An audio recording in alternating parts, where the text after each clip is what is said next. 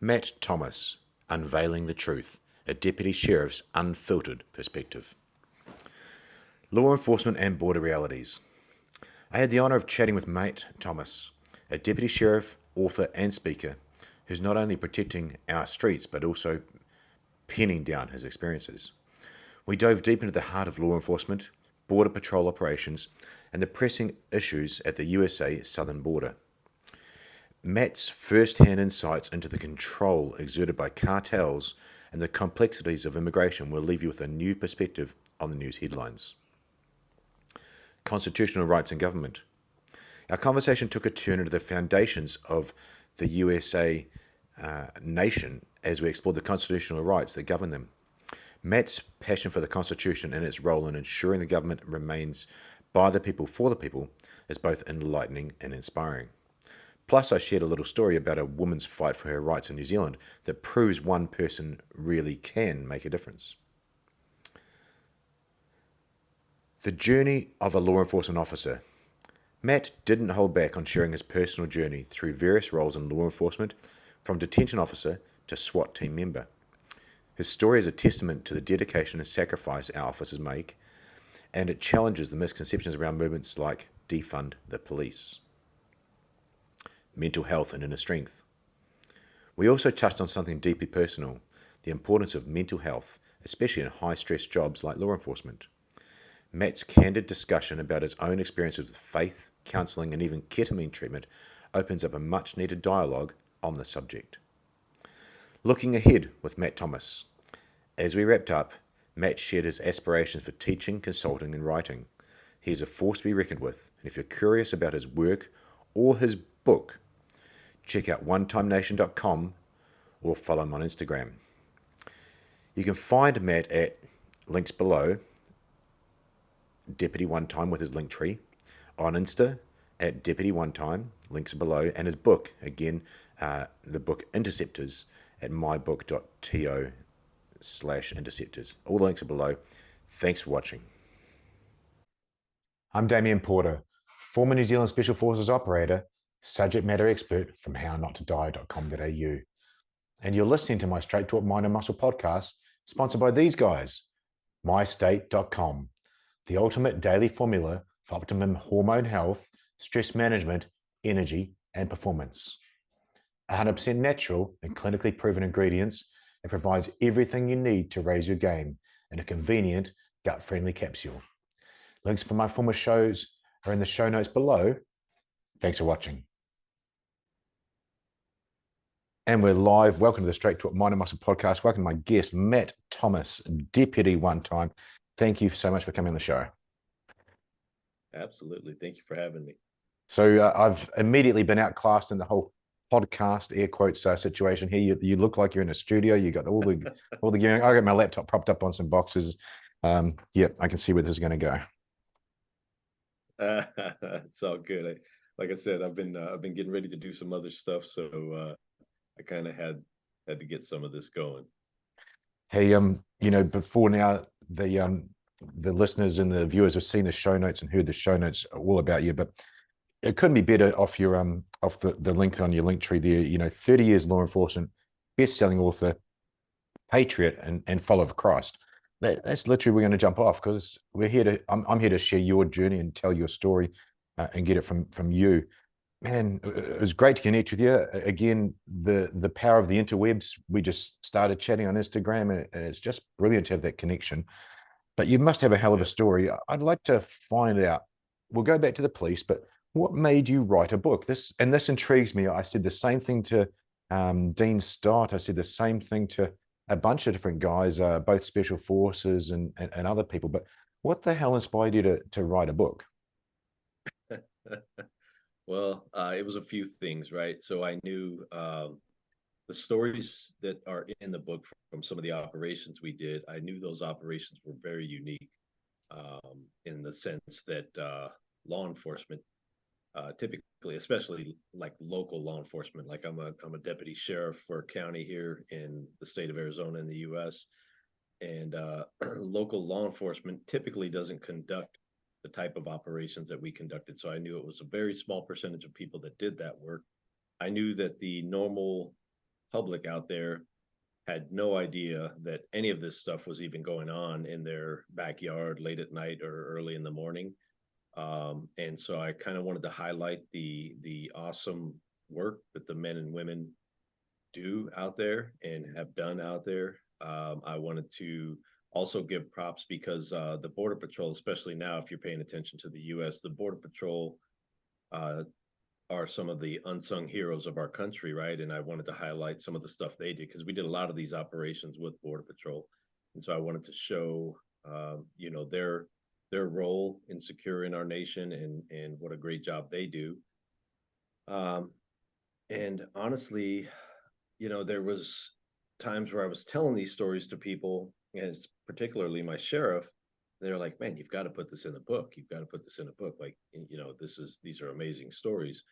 And so I kind of wanted to document it all. And I knew that we were actually, we had created history in American history, and it was a crucial time in American history. And so I kind of wanted to document that too and kind of get it all down on paper and get it documented and highlight the people that did the work that I got to work side by side with. And yeah, that was a lot of it. Awesome. And the book's Interceptors, is that correct? Yeah, interceptors, and it's the untold fight against the Mexican cartels. I guess it's the told fight now, but Yeah, yeah. Gosh, that and I was watching something the other day. I had been following the new. No, I was going to say the news, but that's incorrect. I've been following the media over there in the US. There's a difference, right? yeah. Yeah. Oh, there's a definite difference. We don't really have news anymore. Everything has an agenda behind it. So yeah, the media, yeah, we just call them the media. Well, and that blows my mind. Let's punch out on that then, because you're literally in the weeds. Mhm. Now, as a former police officer, um, I like to say nobody knows the truth of what happened apart from the people that were there. Because when you read the Right. judge or his findings, or you read some court transcripts, those are ideas about things. But as a police officer, when I would interview a witness to a thing, you've got all different angles. So media versus news is what the no, I'll get this right. One side of the media is saying there's sort of no border issue, or at least the politicians were out of the White House saying that to some of the media, and they were publishing that. And then the other side, you've got people going down there saying the border's wide open. So what is actually Right. happening on the ground there, down Oh, there on the border? so the truth behind what's going on is this: the Mexican cartels. It's a large criminal organization. Obviously, they control our southern border on the Mexican side and even on the American side. And control, I mean, they are in control of what moves across. So whether you're talking humans or drugs or whatever the case may be, that criminal organization is control of those movements. So nobody is doing anything on that border coming out of Mexico unless the cartel knows about it. Because if people do something, and I mean, you can liken it to the old Italian mob, right? If you're doing something in a territory they control, you're going to pay for that. And it's the same with the cartels. So the cartels essentially control that southern border. Humans right now are the commodity. There's still drugs, obviously. Fentanyl is a huge problem here. So we have a lot of fentanyl coming across, a lot of methamphetamine. But humans are the big commodity. So there's more humans moving across that border than we've ever seen. And the border is completely broken. And the problem is, you have people are saying, "Oh, they're asylum seekers. They're asylum seekers," and that's not correct because anybody who is going to seek asylum, it's the country that they hit first. That is the country they're running from. That's where they're supposed to seek asylum, right? So we have people from Sudan, we have people from Egypt, we have people from Syria, all over Africa. We have Chinese, and then we have South American, all coming through the U.S. border. And so, if they're seeking asylum, they had plenty of countries to go through before they got to the U.S. And the other problem is that a lot of them are military age males. So you don't have a lot of family units looking for a better life. You have military age males coming into our country from all of those countries listed. And then the other problem with it is children. We had last year, just by our own government admitted that 150,000 unaccompanied minors came into the US last year, right? So these are kids with no adult with them that have been shipped up to the southern border coming into the US. And out of those 150,000, about 85,000, our own government admits they have no idea where they're at or where they went.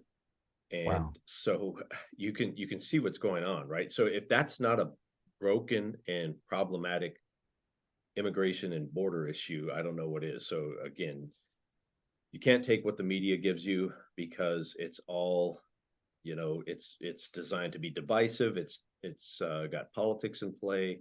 And the truth is, we have a massive migration problem into the U.S. right now, and it's illegal immigration that's coming through our southern borders mainly. We'll come back to the southern border bit, but you said there um, illegal. Now, we connected, as I said at the start of the show, but apparently we've got some other connections. There was Tyler Schwartz who's been on the show, Compound Cowboy, but you said you're the deputy sheriff to, is it Sheriff Lamb, the American sheriff there as The well? American sheriff, yeah. 4 weeks after I'm 4 weeks after my surgery, I was literally on YouTube with the laptop, resting my injured limb, and I was watching Fridays with Frank. So Frank in Pinell County. Yeah, yeah.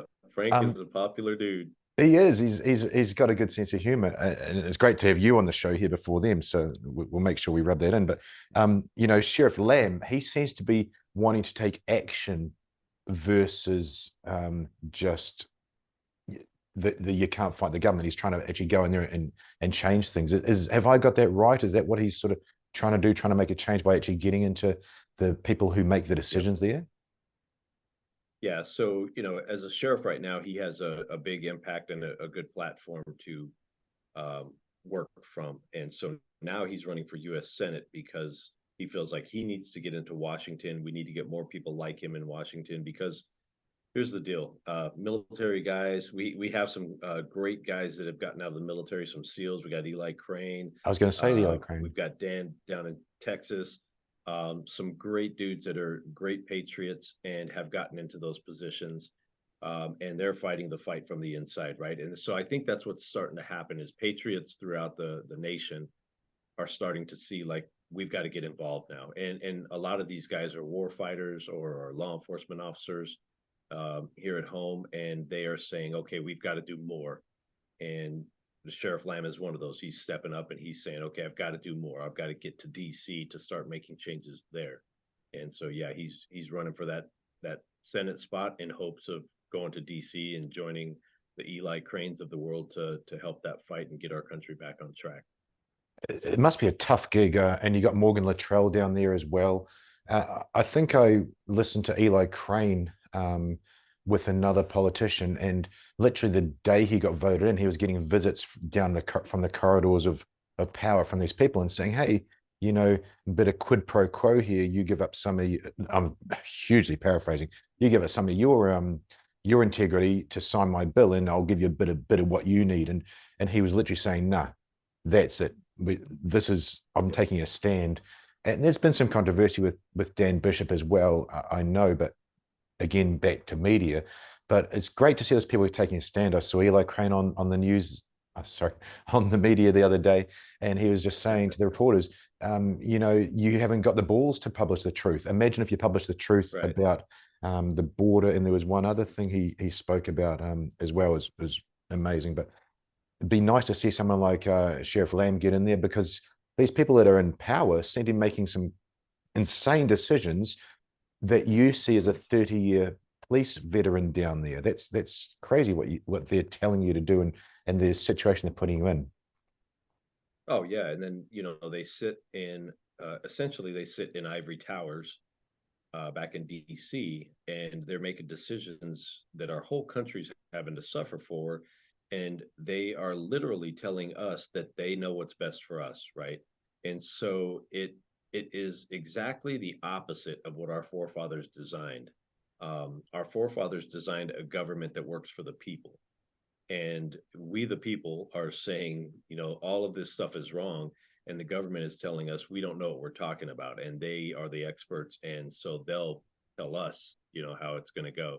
And so I think we've reached a point where our country's just tired of that. And they're going to start pushing back, and they're going to start firing some of these people by electing new people to those offices. And I think the machine that is our government is has all of these just there's a lot of money behind these positions, right? And there's a lot of money that goes into our government from all of these special interests and lobbyists, and that's really what's corrupted the system.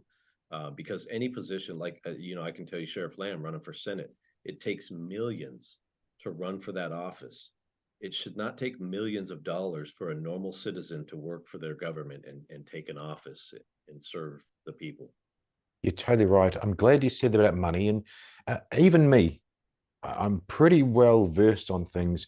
There's still some cognitive dissonance there, Matt, going money and power, and is it that bad? But let's get an example there. You said the cartels, the Mexican cartels, run the southern border on both sides. So let's Right. get some realism here. You must be saying, I don't want to put words in your mouth, but I can extrapolate. You must be saying that they um, control part of the government, because clearly Mexico is a country, and the government, the country is run by a government. You must be saying that the government is complicit in that in some way, correct? Well, yeah, there's no two ways around it. If you take any criminal organization that needs to accomplish something, and you have a government that is saying about that criminal organization, essentially, no, nothing's wrong, they're not doing anything, don't look that way, right? Then that, as a cop especially, right, that's Yeah, red flags. You're saying, okay, wait a minute, you're telling me not to look over there where crimes are taking place and not to pay attention to those people. So what is going on there? And of course, you're not going to have cartel funding directly to our government, but these cartels have, they have proxy businesses that they work through. And that's why we've kind of been yelling here, is to designate them as narco terrorists. Because if they give them that designation, then that starts to open up doors that can be used against them, especially in the money realm, right? So if they're funding these legit companies who then fund lobbyists, who then fund campaigns, yeah, that you can start chipping away at some of that stuff. yeah. I love that you said it, from a cop's point of view, because it's on the ground point of view. That then brings me to part of what is literally listed on your bio, a patriot. And I saw something just the other day, the Constitution of the United States. So I'm aware from Dr. Kirk Parsley, former Navy SEAL, that you're not a democracy, that you are a republic, and you've got a Right. constitution there. You may have democratically elected people. So hopefully that makes context for the people listening. However, the constitution, I believe, is made there to restrict the government and not the people. Is that correct? Yeah, so a lot of people refer to our country as a democracy, and that is incorrect by definition. We are a constitutional republic, so we are a republic. We, of course, have democracy as part of that republic as we elect officials. But yeah, when the forefathers designed this, and our forefathers were brilliant beyond their time in how they designed these documents when they sat down and drafted the Constitution, because they did everything they did in there, they understood that men, just by our nature, and when I say men, I'm talking about human beings, Yeah. just by our human nature, power corrupts, right? And our forefathers understood that. And so they designed these documents so that the people controlled the government. It was under their control, and the government served the people. And again, we're at a place in our country where our elected officials, and I can't say all of them, right? But there's a good majority of them, they actually feel that people are there to serve them, not the other way around. And that is not the way our republic was formed. It's an interesting thing. And the other thing that came to light through some people saying this was the First Amendment, given that your country has the Constitution and given the way you started the Republic, it's a born right of free speech, a born right. You're literally born with that right. And I thought that's a really interesting thing. That's the laws in your country. And it may not be the right word, law and constitution and rights, because laws can be changed. But you're literally born with a God-given right in America. And that, I think, is it would have been groundbreaking back in the day.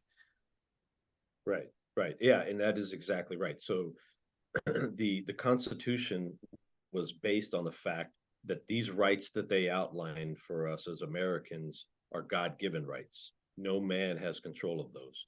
And so they laid that out very clearly in all of the Constitution and the Bill of Rights, saying that these are all God-given rights, and only God issues those, so only God can take those, right? So it's, freedom of speech, God-given right. So my ability to talk, even if I want to talk badly about my government, that's a God-given right. And again, if you look at our country right now, um, there's an issue with that, right? Because we have people who are speaking out against the government, and all of a sudden, if you're speaking to one side, you're finding out that there's prosecutions going on, and very iffy prosecutions. And again, from a cop's perspective, some of these things that they are arresting people for, jailing people for, we're like, well, wait a minute, because this group over here who supports you did the exact same thing, and there's Yeah. no prosecutions. Yeah. So you start to see where that power piece comes in. That's pretty crazy, man. And again, it's not just America. I um, I like to give an example. I often say you can't fight the government, so I have my fingers crossed for you guys in the USA because I think you're going to be pretty clever in the way you do things. But you might remember back in around 9/11, uh, just about every country in the world brought in photographic ID, or at least I know the Oz Kanzukas countries, the Five Eyes did. So here's a little story. I hope it's relatively interesting. Um, we used to have a lifetime driver's license, and it was a piece of paper. It was waxed paper, and it was indestructible. It didn't have photograph on it. Just had your name and date of birth and so on. It was a lifetime driver's license. That was a big thing in New Zealand, little country. And then 9/11 happened, and the government said, "Okay, you've all got to go get photo driver's licenses." Now it's the credit card size of the photo, very fancy. And this one woman in Wellington, I think she was, she said, "No, you said that's a lifetime license over there." So she fought back. She took the government to court. And this is back in my days as a personal trainer. And I had a client who was a spin doctor for the government. Nicest guy, but his job was to spin the story. And he said, "Oh, Damien, yeah, she might win, but watch this. She won. It was front page news. She won because she was right. And by law, she was right. She won on the Friday. By Monday, they changed the law." Yep, and that's what we see quite often. And again, at what point do we, the people, for us specifically in America, at what point do we say, enough is enough? You can't keep changing the rules every time you get caught violating your own. And I think we're at a point now where just Americans are fed up with the hypocrisy and the double talk and all of that stuff. And we're trying to again elect people into office that have a clear understanding that the power has corrupted a lot of those, and we need to clean house. The reason I got my fingers crossed, like I said before, Matt, is you've got the Constitution to fall back on. It's very different than some bunch of people going in at Sunday night and changing the law at 2 in the morning, which I'm aware happens in all the Right. countries. But you got the Constitution to fall back on. And just one thing that comes to mind is the word insurrection. You talked about people being charged for a bunch of things, but that crime has not been charged. But the media, which is not in the news, has used that word. Now, when I charge you with disorderly Right. behavior, it's disorderly by urinating, disorderly by fighting, or whatever it is. But there's a reason. You can't just throw those words out. We have legal reasons. We call them elements of offences, correct? Yep, elements of the crime. Yeah. So same thing. The media just throws these things around, and I'm sure many people think an insurrection occurred in the United States at a certain time, but in reality by law and by facts that didn't. So I'm really um, hopeful that you got the Constitution to fall back on. You got people like Sheriff Lamb, as and the other guys that we said, Luttrell, Crane, actually going to bring some common sense and logic and maybe some integrity back to your government, and therefore how you guys roll in civilian life and through the country as well. Well, yeah, and the big thing is that's why we love the special operators in there, because the big thing we need in our government is integrity and humility, and those guys, generally speaking, have both. Yeah, they really do. I've watched Morgan Luttrell. It's great to watch him there because he's literally going, well, what does this mean? He's not going there with an agenda. That Right. that sort of covers off the political side of things, which I wasn't sure we were going to go down. That's brilliant. And maybe we'll flick over to the law enforcement side. Fridays of Frank, Pinell County sheriffs. You're all over the internet. That's cool. But how about you, Yeah. man? You've been. I looked at your list of podcasts. You've been on so many shows. You're on Jack Carr last. Um, Yep. Yep. you've lived 30 years in the law enforcement side.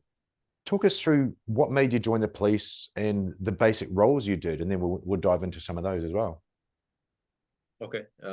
So joining the police was it was kind of I wanted to do something, right. I knew I wanted to serve in some capacity. It was military or law enforcement, and then my timeline got moved up rather quickly when I found myself with my now current wife of we're coming up on 31 years here in a few months.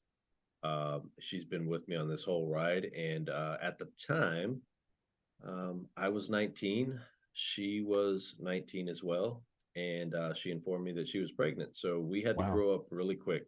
Yeah. And so at 19 years old, I knew, and I had a very strong mom. My mom and dad got divorced at a very young age, and so my mom had to play both roles for me, and my grandpa kind of became my father figure in life. Um, but my mom was a very strong mom, and she sat me down and she said, "You can do two things. You can run from this and be a coward, or you can be a man and take care of, your family, Wow. your now to be family." And Powerful. so, yeah, and I don't consider myself a coward, never have been, and so that was really a challenge to me to step up, because at 19 I'm a scared kid, and I'm like, what the hell did I get myself into, right? And not that I didn't, I loved my wife, but it's a scary world. So at that time, I kind of said I've got to get a government job, right? Because a government job was steady. I know I'm not going to be rich, but I'm going to have good benefits. I'm going to be able to take care of my family. It's going to be steady. It's pretty recession proof, so I wasn't worried about any of that. And so that was kind of it. And again, I was looking at military or law enforcement. And at 20 years old, I got hired. After applying several different places, Pinell County was the first to give me a call. Started there, and I've been there ever since. Now, law enforcement's a little different over the states. So my country has a New Zealand police force. It's one police force. I came to Australia, and there's different states, and that there was state and federal. Can you please, for me and for the listeners, but even just for me, what's the difference between a sheriff and police?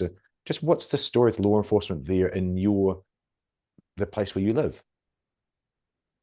So for us in the U.S., we have essentially layers of law enforcement.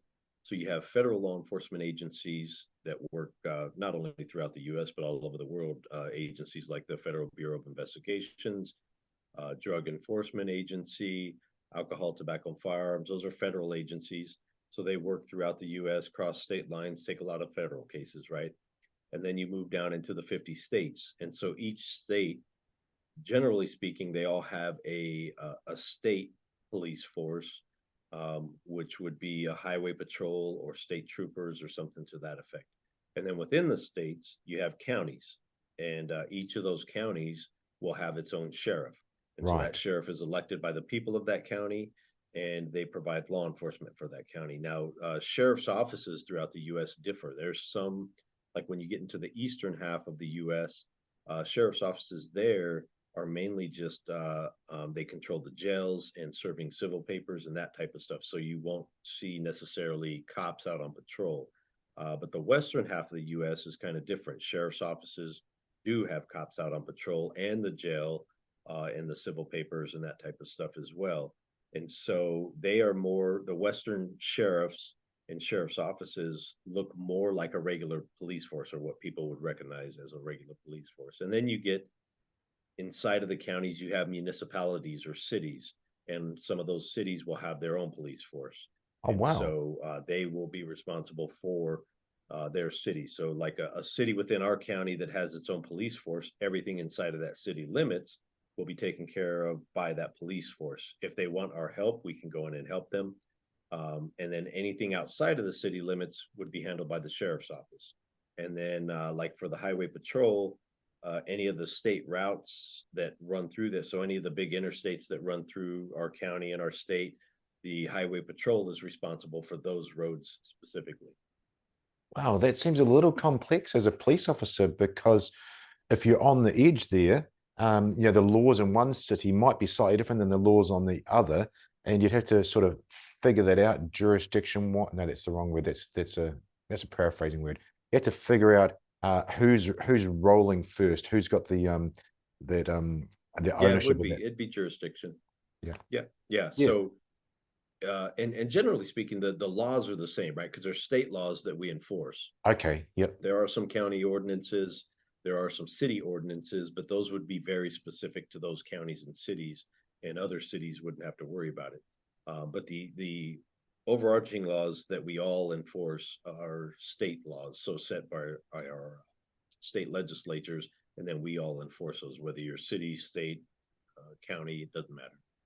now there's an incident just the other day, and I had a person message me on Instagram about it. A sheriff versus police. There was a SWAT call out to a hostage rescue, and there was a lot of um, uh, clash between the police and And the sheriff there. That was crazy to see in this day and age, but it just seemed like ego got in the way there.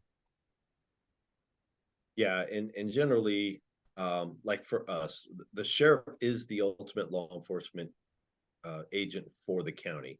Yeah, So we could go into a city and we can say we're doing this or we're taking this over, but generally speaking, that doesn't happen because I mean, just because of politics and because of resources, right? So if you have a city and that city has its own police force, it's not necessary for us as a sheriff's office to go in and take care of their problems because they've got a force for that, a budget for that, resources for that. But every once in a while, you'll get citizens that may not be happy with their town police or with their town police chief or whatever the case may be, and they'll reach out directly to the sheriff and say, "Hey, we would like you to come in and handle this."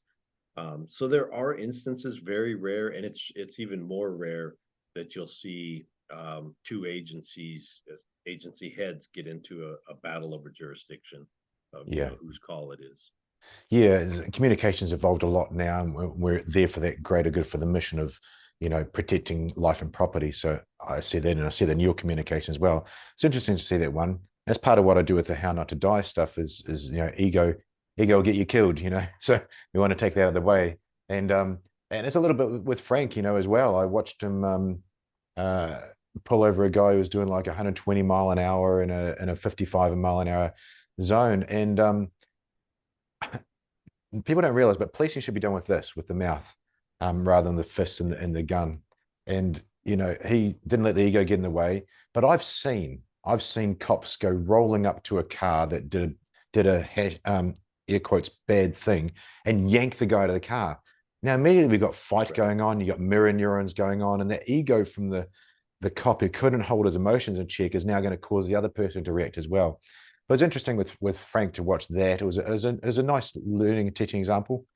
Calm, and then Yeah, straight away the cuffs are on, and then actually there was a bit of adrenaline overrun to be fair after. yeah, But and you can. That's why Frank's so awesome, and people like him is because, uh, you know, you've seen if you've watched his stuff, you've seen how mean people can be, right? To yeah, cops in general, but you see it on Frank's stop sometimes how arrogant, how mean, how rude, how just yeah, people are not the greatest sometimes. And Frank lets it roll off and just kind of goes with it and tries to have a good attitude. And in this case, yeah, we've seen them before. I know you've seen them, I've seen them, where you have those cops that can't control their emotions. They get a little bit upset because somebody has violated the law. And I think they take it a little personal sometimes, and they let that get away from them. And for me, it's always been, and probably the same for you, it's always been kind of like, this is just business, man. It's a business transaction. And that brings us perfectly back to your law enforcement career. So 19, you decide a government job, you've got a pregnant wife, and you've gone into Pinell County Sheriff. They hired you as I mean, street cop, over here be constable or so on. Where did you progress to through that career? So when I first got hired, I actually started in our jail. So I started as a detention officer working in the jail. Then I moved out to what we call moving out to the road. So I became a copper on the road, and was deputy sheriff, just working a beat. And I did that for a little bit. Then I moved into a specialty unit. It was our traffic unit. So we did fatals, DUIs, and we actually did some drug interdiction. And that's kind of where I got my first taste of the drug interdiction piece and some of the gang interdiction stuff. And about that same time, we have a collateral duty SWAT team. So I tested for and made it onto our SWAT team too. So I had that as a collateral duty right around the same time. So I was doing drug interdiction, that stuff on the SWAT team.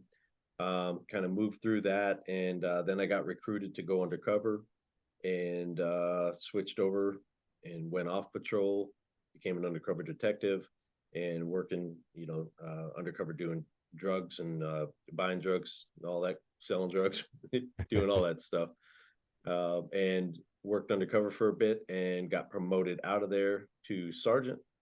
And when I was a sergeant, I went back to the road, back to patrol. I did patrol for a bit as a sergeant, and I also moved into a team leader position on our SWAT team when I moved to sergeant. So I was a team leader on SWAT, and see patrol. Then I went into training, into our training division. I was a sergeant in training. During that time frame, I was also asked to run our police academy as a interim director of the academy. So I did that while I was the training sergeant. And from training sergeant, I went back to narcotics undercover, and I ran that squad as the sergeant undercover, and did that for a little bit.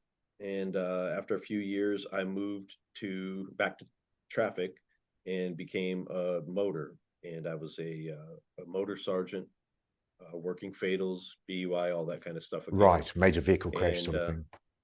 yep, yep. And then I promoted out of there and became a lieutenant. And as a lieutenant, I was put into criminal investigations, and I was over our SWAT team. So I now took command of the SWAT team, and also had undercover our narcs and our anti-smuggling crew, and ran that. And that took me up to the time frame where Sheriff Lamb won his first election, and that was 2016 when he won his first election. And he asked me to move up to this position to be his second in command. So in 2017, I moved into this position as his XO, and been there since. Wow, that's it's a great overview of A, your career, but B, the um the adventures you get in policing and the journey you have in policing, going from to undercover from all those things, starting as I think you said a prison sheriff or whatever words you used there, jail Mhm. sheriff, um, Yeah, detention officer. Yep. detention officer. And also on that, what a great way to start um a law enforcement career, because it teaches you to talk to bad people because it's scary, right? Right. Right. Yeah. The detention piece. We love when we have young guys like myself. When I was getting into this career, just a young adult. Um, Now I grew up kind of rough, so I had some experience, some street experience, and I had some life experience that most people didn't have. But there's a lot that don't. So, they're fresh out of high school, 19 years old, 18, 19. We love getting them into the jail first if they want to be cops, and let them spend a couple years in there, because it teaches them because the prison games that they play are the same games they play on the street. The people are the same, so you're starting to look or learn those the cultures. You're starting to learn the players. They're starting to learn you. And then when you get out to the street, you know them, they know you. You kind of know, who represents what, and you've definitely learned how to deal with conflict and how to talk your way out of stuff and how to talk your way into stuff. And so, much better start for most cops. I agree. And I saw 18-year-old cops in my police academy. He was a police cadet. There was a cadet program there as well. So he had some information, but no life experience. But yeah, to throw those guys out on the street, and then what people don't realize, it's not the SWAT team that deals with the armed offender over here first. It'll be the general duties police officer that's freaking out and hasn't had that experience. And you said experience, and I thought in the jail there, what a nice sort of, again, air quotes, controlled environment, because it can't go too wrong. It's controlled rather than out there in the street. But what a great way to just expose them, really, like Grossman used to say, stress inoculate them to the job. Yep. Yeah, absolutely. Yeah, it's a big inoculation to what they're about to face in the real world. And we've had some that I think have been much better cops after that than it would have been if they would have went straight in. 100%, I agree. Um, that brings me to uh, policing in general. You had the defund the police going over there, and you had a whole bunch of riots and crazy stuff going on politically. It made me laugh because who are you going to call? You don't call a crackhead when instead of 911. But yeah, Yeah. just really interesting with the defunding the police. Um, but I lost my train of thought there on that. I have to come back to that. I'll get it back. The It's downside of all having an good. operator That's what as a happens when we podcast. get old, bro. Yeah, yeah, yeah. I will come. No, I've got it now. What you alluded to was out there on the street, the games they play. What a job! And I want the listeners. I did think about this question. I want the listeners to really take this on board. What a job to think you're out there on the streets. You might not come home after kissing your wife goodbye. You might not do that. What the hell kind of job, apart from ours, would you go to? Going to the Apple store to work in the Apple retail thing, not knowing if you're going to come home safe at night because of the way that you learned, the way that you actually were trained and inoculated, like we said. It's that when you think defund the police, what sort of person puts themselves in harm's way that they might not come home for some stranger they don't even know? Right. And I think people discount the dangers of our job a lot, and they use that term here in the US at least, that oh, that's what you signed up for, right?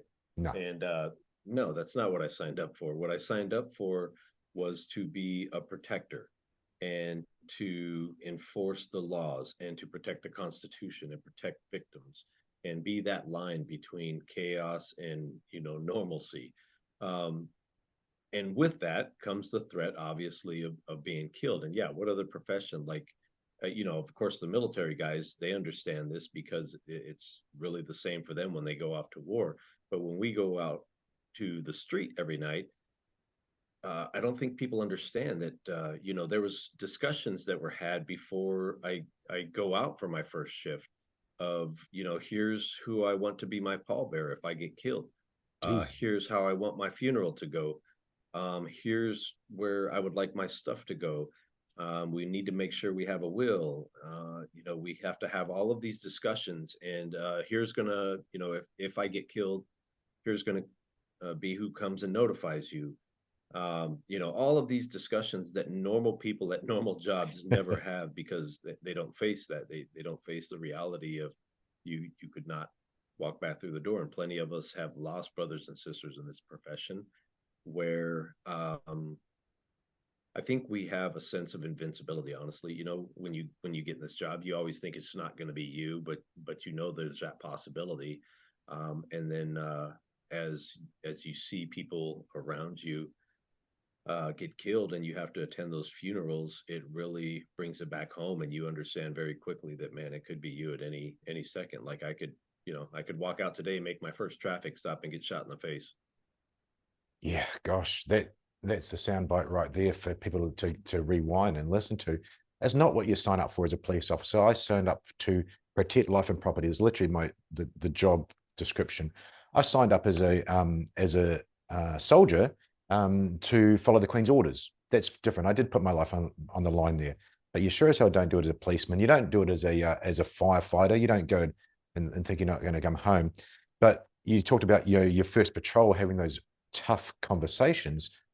I think it was about 6 months ago. There was two cops. They'd been targeted for murder. One got shot, and the guy, I think he was in his first week. The young guy, he ended up shooting the bad guy and saving his own life. I don't think he could have saved. I don't think. I'm not sure the outcome of the other one, but it could happen on your first day. It could happen in your first week, or it could not happen at all for 20 years. Right, right. Well, and we've had just here in our state, I've had a good friend who was at the end of his career and had literally months left and got shot and killed.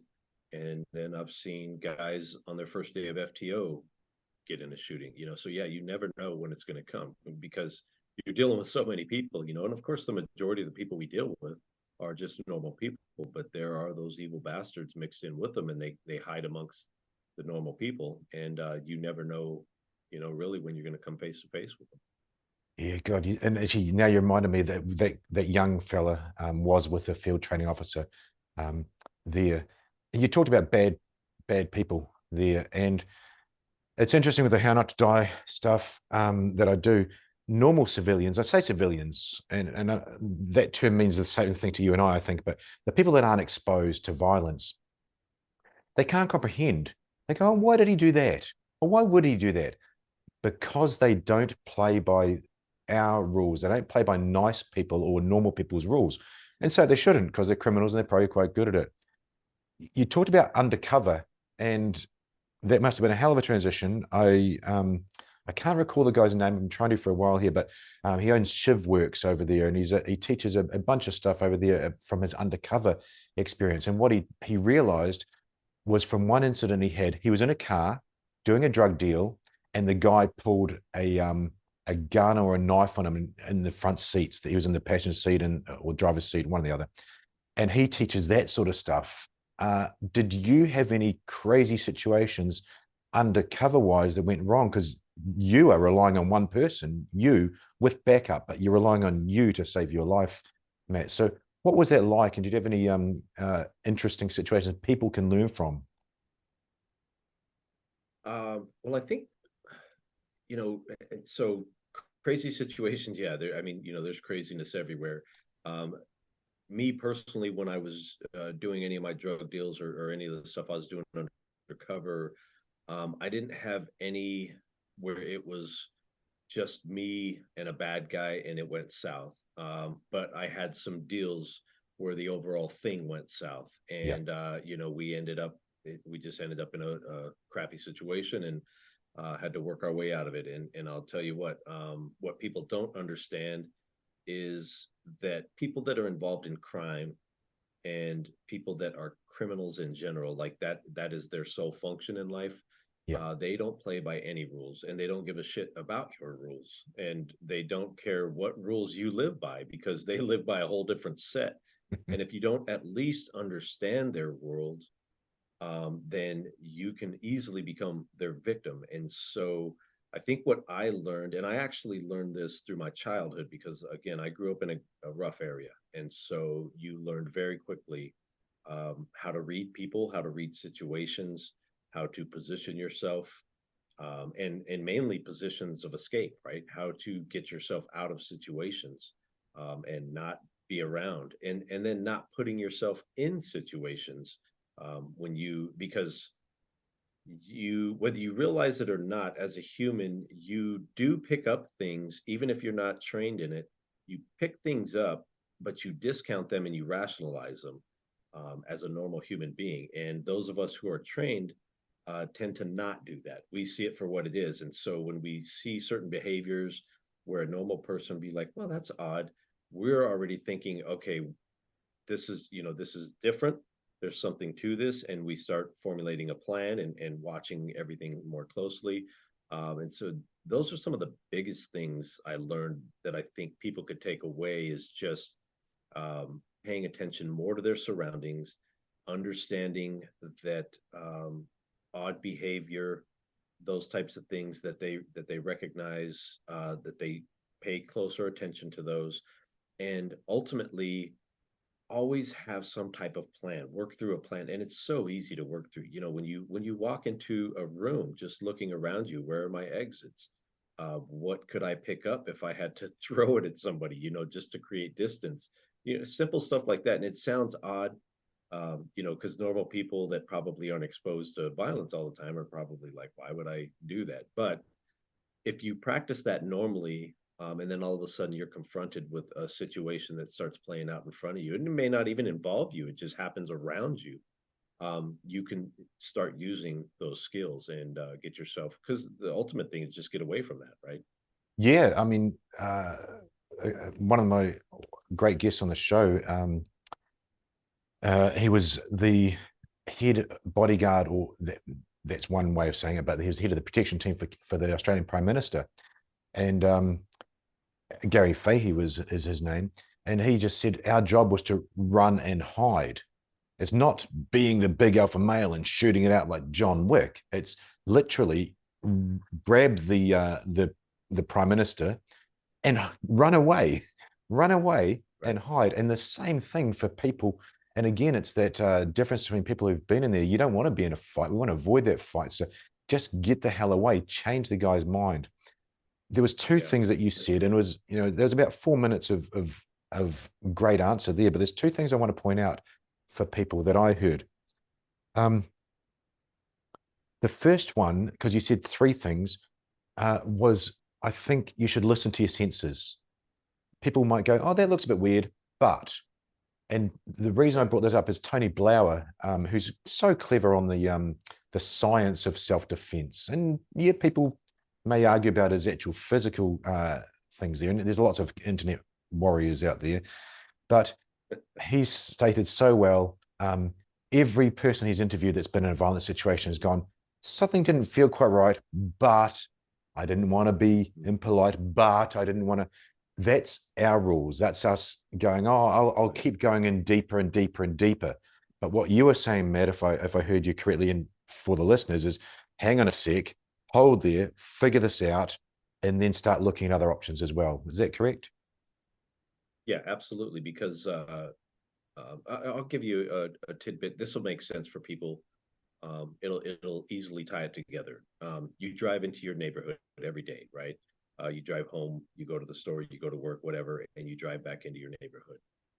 Every day you drive in, you see a picture in your mind, everything kind of makes sense. And then you drive in one day and you see a car that has never been there before. You pick that up, you notice it, and most of the time you'll discount that. And that, for me, that's something that I pay very close attention to. If I see a car that I don't recognize, I'm looking at that car, I'm looking in that car, I'm seeing if it's occupied, I'm looking at the plates as I roll by to see where it's from. There's a bunch of things that I'm doing as I roll by that. But even the normal person, they still recognize that's something's different, and I don't recognize that car.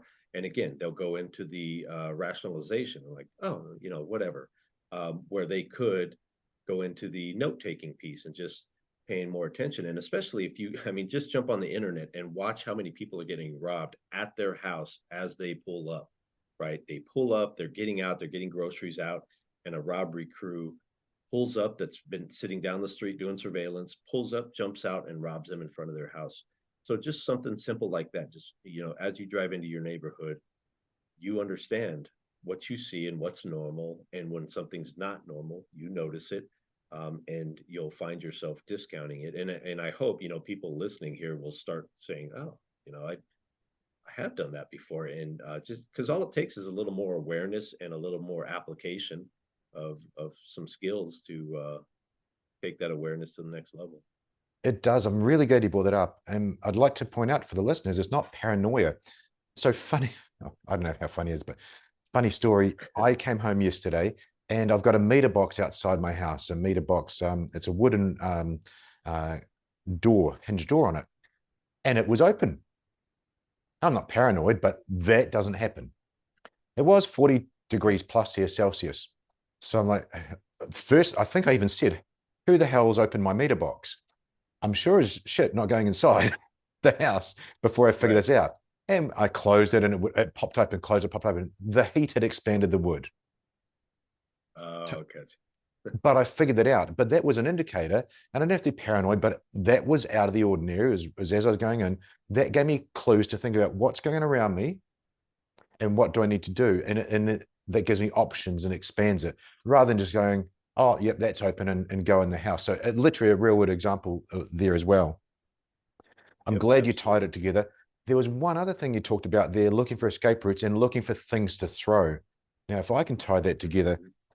I think it was about 2 years ago, there was an MMA guy. Don't know his name. He was a professional fighter in MMA. And he's got his kid or kids in the house. I think one was pretty little, like three. And two or three guys, bad guys, come smashing through the door. He was in an apartment, smashing through the door. Now, this guy, listeners, he is literally paid to fight people. Now, he's in bare feet and probably just in his boxers. Now, yeah, in the ring, he's in bare feet and essentially boxers as well, but he's got no weapons on him. He's not tooled up. He said, and I read a lot of what he said.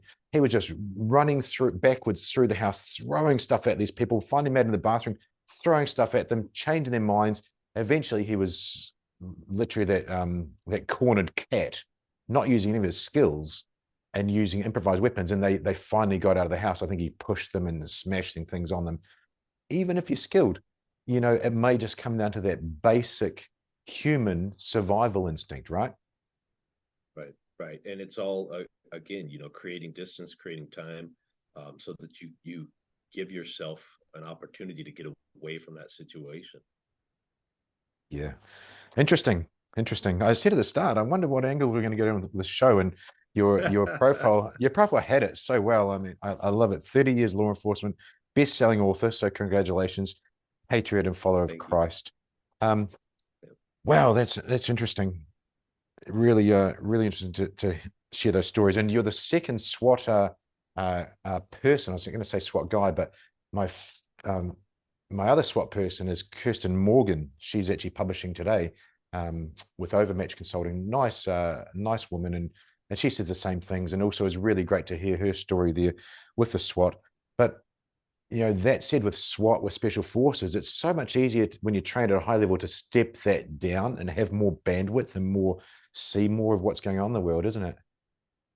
Yeah, oh, absolutely. And I think anybody that's training and operating at a little bit higher level than normal, no matter what the capacity, it's just those reps, right? You're getting in those reps, you're getting in that mindset. You just are in a little bit different place, and it opens up more of the toolbox for you. So as you get into situations, you have more of a toolbox to rely on to get out of those situations. And I think that with those highly trained operators, with SWAT guys, with SOF guys in the military, and when I say guys, I'm talking guys and gals. Um, but with people who operate in that level, they just have a bigger bandwidth to operate in, and you also are used to operating at a higher level, which allows you to kind of deal with the just the nervousness, the adrenaline, everything that goes along with any situation that pops off in front of you Yeah. that may be a violent situation.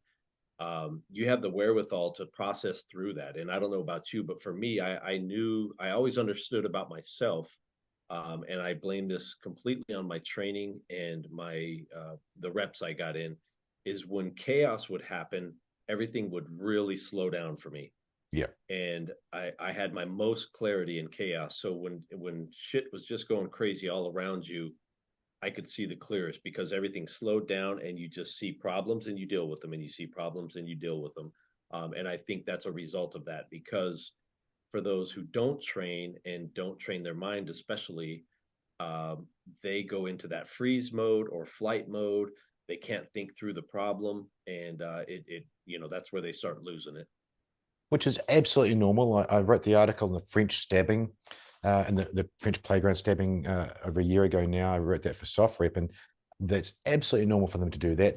But now that they've read that article, but now they've listened to you, now they've listened to an example from me, same as we do in the fire brigade, I'll talk to guys about jobs that I've never been to, but they have. Now I've got a file in my brain that I can possibly access a little bit more. So you're so right.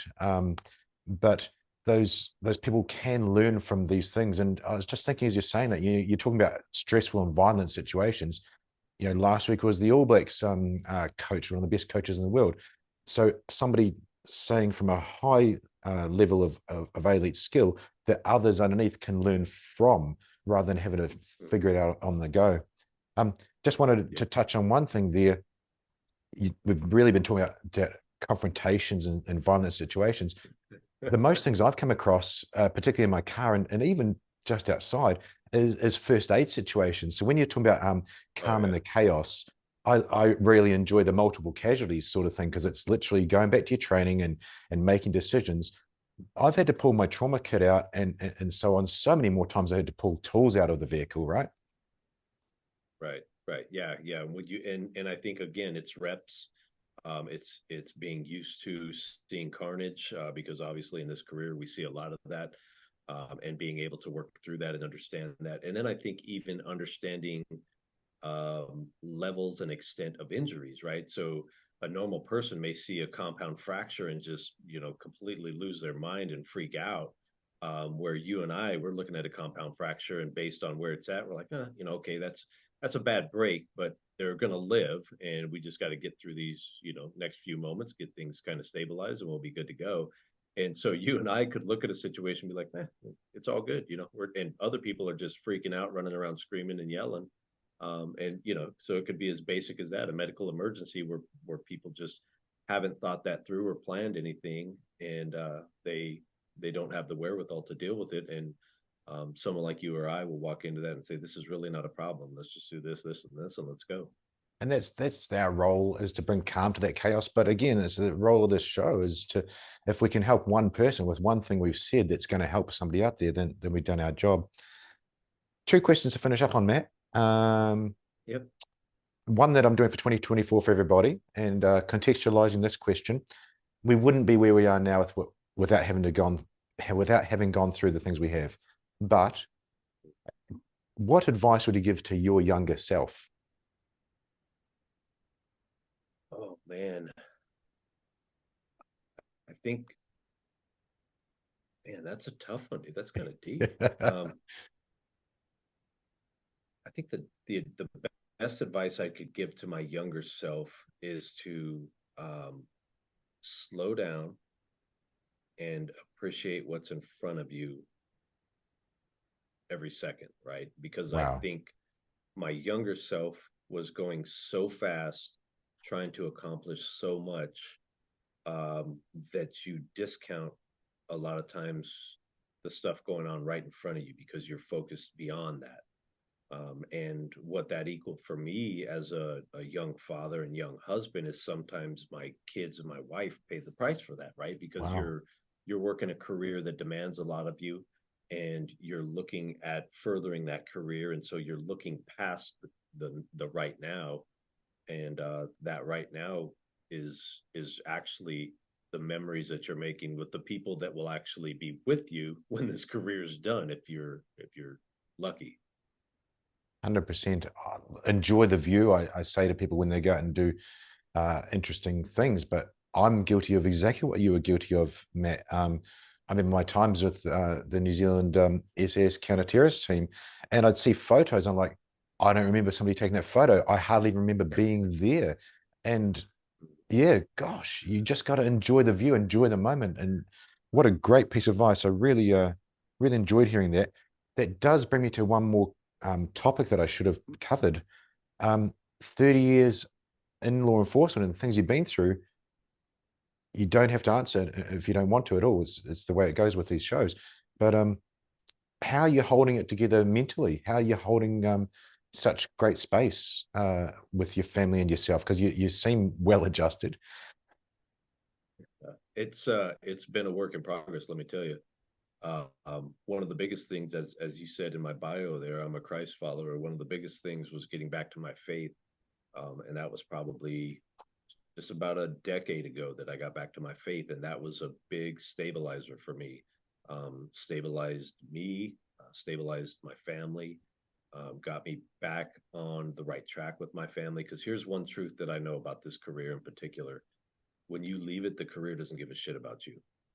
It's the people that you love that are going to be there, right? The career's not going to be there anymore for you. They're going to turn off your access. You're no longer welcome in the building, and you'll be topic of conversation for a couple of weeks, and then you'll be a forgotten person in that arena. And you'll be back with the ones that truly love you. And so, faith was a big thing to help me refocus there. And then as I probably probably about 5, 6 years ago, six probably, started focusing on my actual mental health, which was kind of a taboo thing in Yeah, our very. career, to be honest. People didn't talk about it, and I'm an old school cop, right? 30 years. Like when I was a young cop, you definitely didn't talk about it. It was a blackball. You'd be blacklisted if you said you were struggling mentally. So you just fought through that. You compartmentalized everything, but the problem is, as you compartmentalize, you find out that all of a sudden one of those compartments pops open, and it pops open whenever it wants. You have zero control over, and that could be in the form of a panic attack. That could be form of a just a nervous breakdown.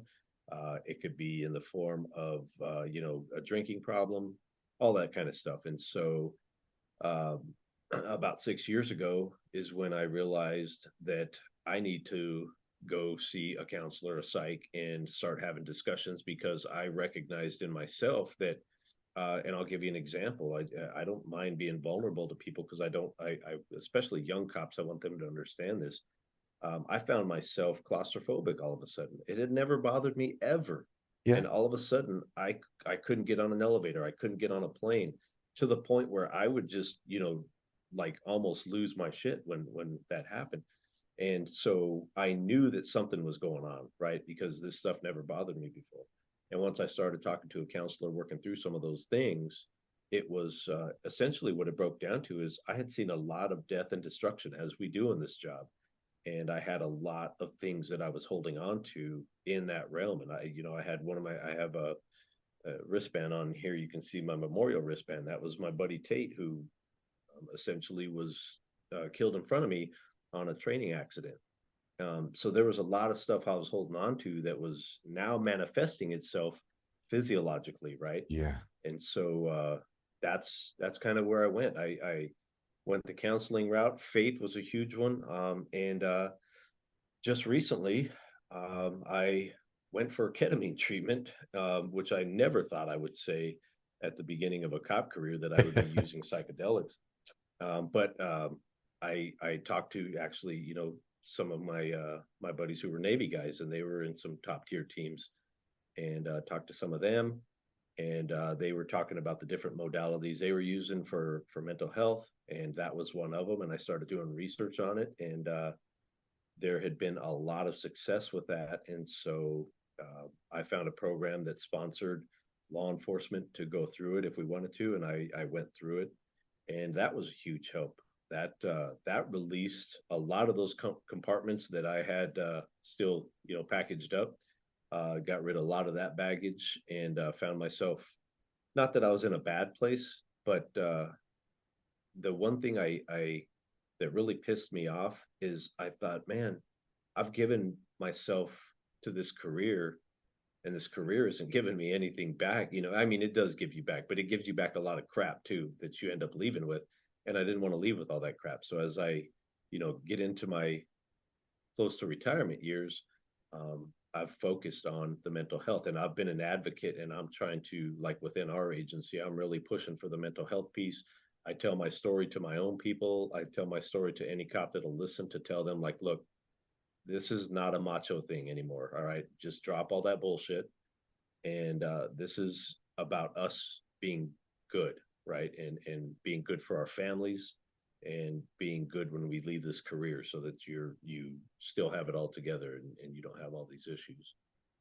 Wow. So much to unpack and so powerful. Thank you, first off, for being open to sharing that. Um, you talk about access being your access card will be turned off. I interviewed Dallas Alexander, Canadian Special Forces, JTF2, and literally he got kicked out of the compound and access was turned off then and there for not complying with uh, Canadian mandates, is the best way to say it in case the show gets cancelled.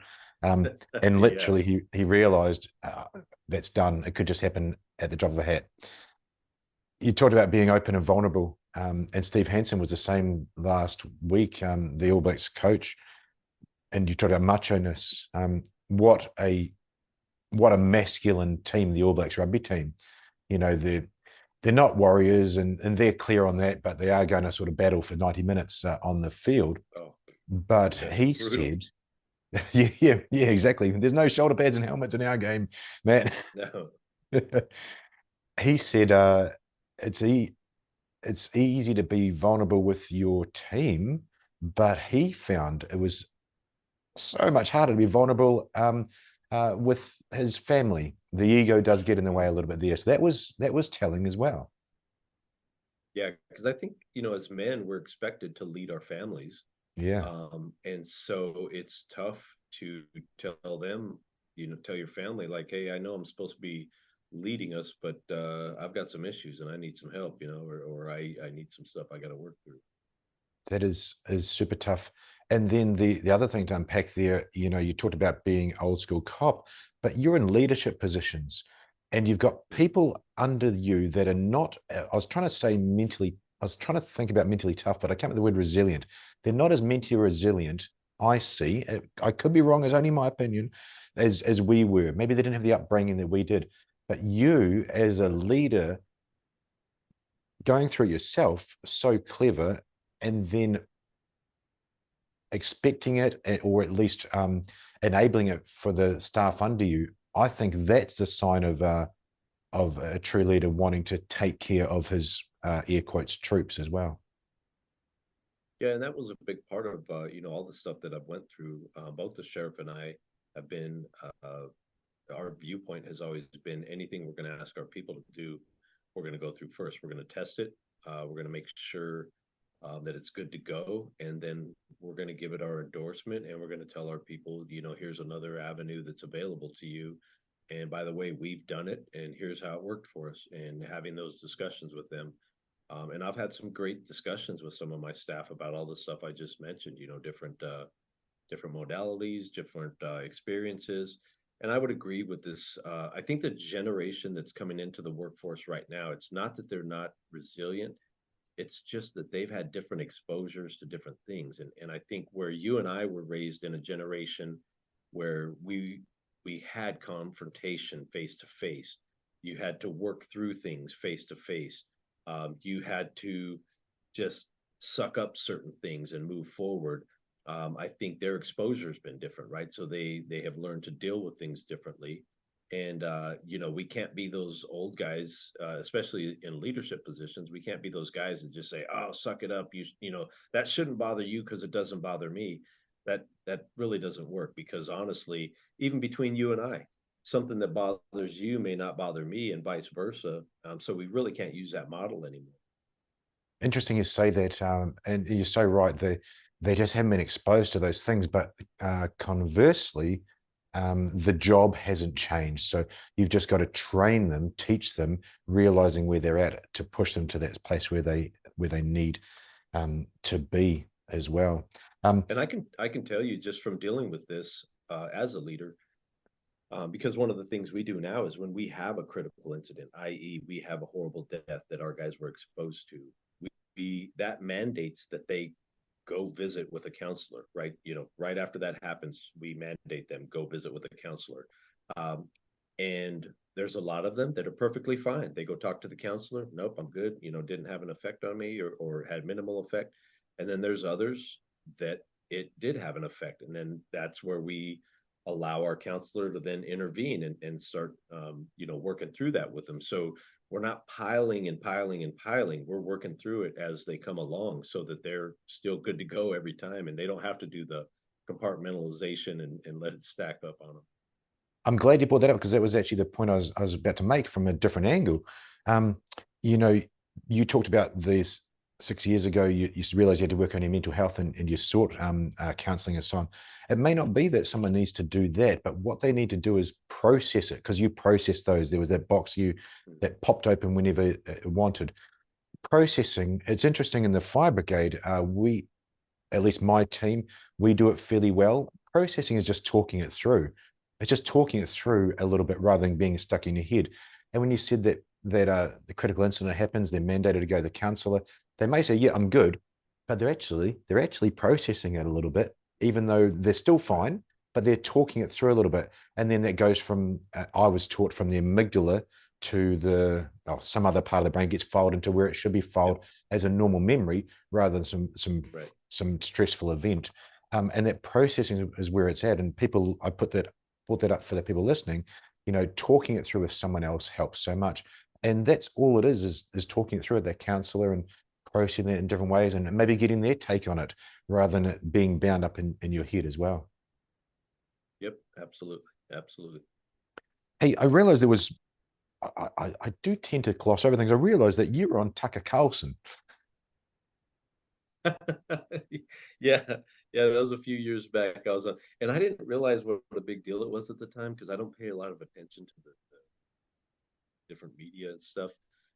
And the sheriff actually was out of town and he said, "Hey, can you cover this interview for me?" And I'm like, "Yeah, sure." So I go down to a studio, they mic me all up, and they said, "Hey, this is the stuff we're going to talk to you about." And at the time, it was methamphetamine and heroin. And then I do my interview, and like I said, and I did that social media post the other day. It was funny because it was 2018. Fentanyl was not a problem in the U.S. yet; it was just starting to hit. And Tucker asked me at the end of the interview, like, what is the next thing? What do you see as the next problem? And I told him fentanyl. He was like, "Well, what's fentanyl?" And I just thought, thinking back, that was it was a cool piece for me because it was once again showing that the guys on the ground, like, we know Mm, what's coming. So mm. when we tell you, "Hey, this is a problem," people are like, it's not a big deal. And now look at where we're at with fentanyl. We've killed well over 100,000 Americans with fentanyl, or the cartels have, and it's one of the biggest problems facing our nation right now. And we saw it coming back then. And we started the show off with the border stuff. Same thing.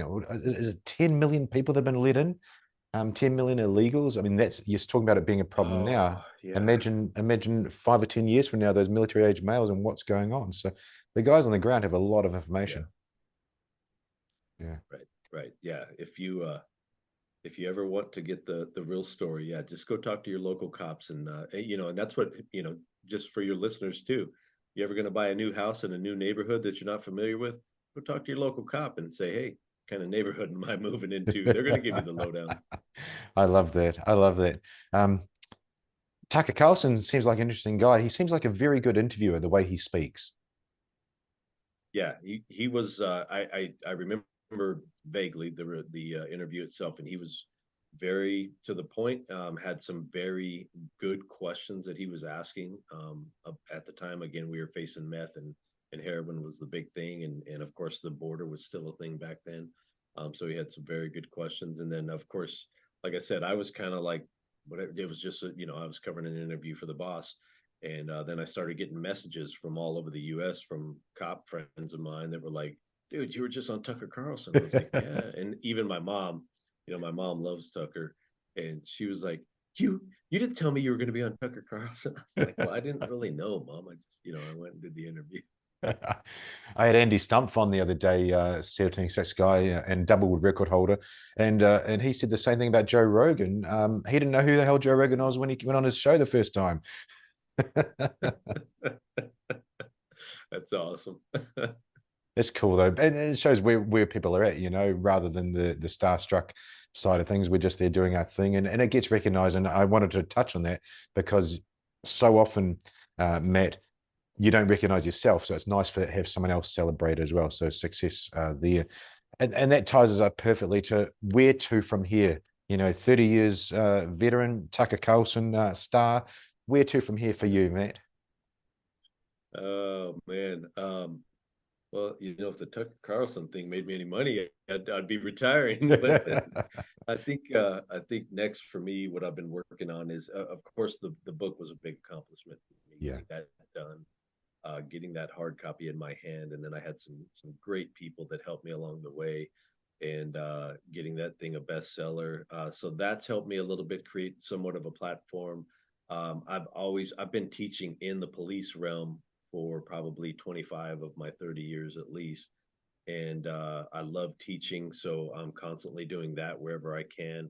And I do some speaking and some consulting, and obviously, being in a leadership position, especially in our realm, that translates over. If you know how to translate it, it translates over. And so I've been working on those translations for the private sector, the business sector, where I can go in and talk to those teams on how to, develop their culture, how to change their culture, how to lead better, how to create more leaders, that type of stuff. So I think that's kind of where I'm aiming for, is the afterlife, being focused on creating more leaders and getting into that leadership realm of speaking and consulting. And then I think writing a book is a very cathartic thing too. And so I have a couple of ideas on where I'm going to head with maybe writing some more and kind of focus on that leadership stuff and the culture stuff.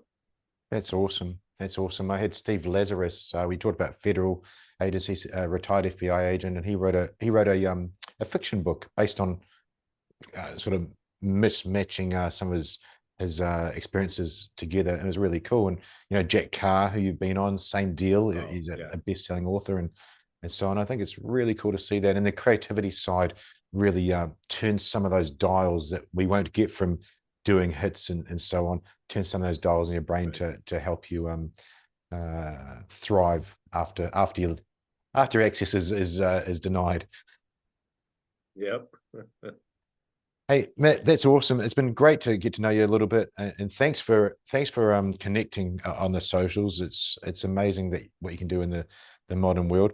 So great to connect. Yep. Thank you for sharing your journey. I hope that someone has got something out of this. It's been really cool to hear, and just really honored to have you on the show. Absolutely, man. It's been my honor, and love doing this stuff. And it was great to connect, and especially connect all the way over the pond, right, and to the other side. Yeah, it's wild. It's wild. Hey, in the show notes at the start, it's got all the links and things there. But if someone's listening to the end here and they just want to quickly jump on the interwebs, where's the best place they can find out more about you and your book? So me and the book, I have my bio on my website. My website is one time nation, all one word.com. They can go there, they can find links to the book, they can find my bio and all about me. And then really the only social media stuff I do is Instagram. That's where I'm most active. And my handle there is at deputy underscore one time. And yeah, that's it. Awesome. OneTimeNation.com. Great stuff, Matt. Thank you for coming on. I'll hit pause over chat, but thank you so much. All right. Hi. Thanks for watching.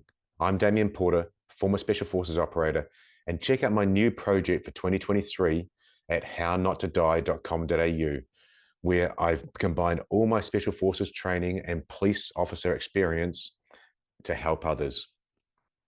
Thanks for watching.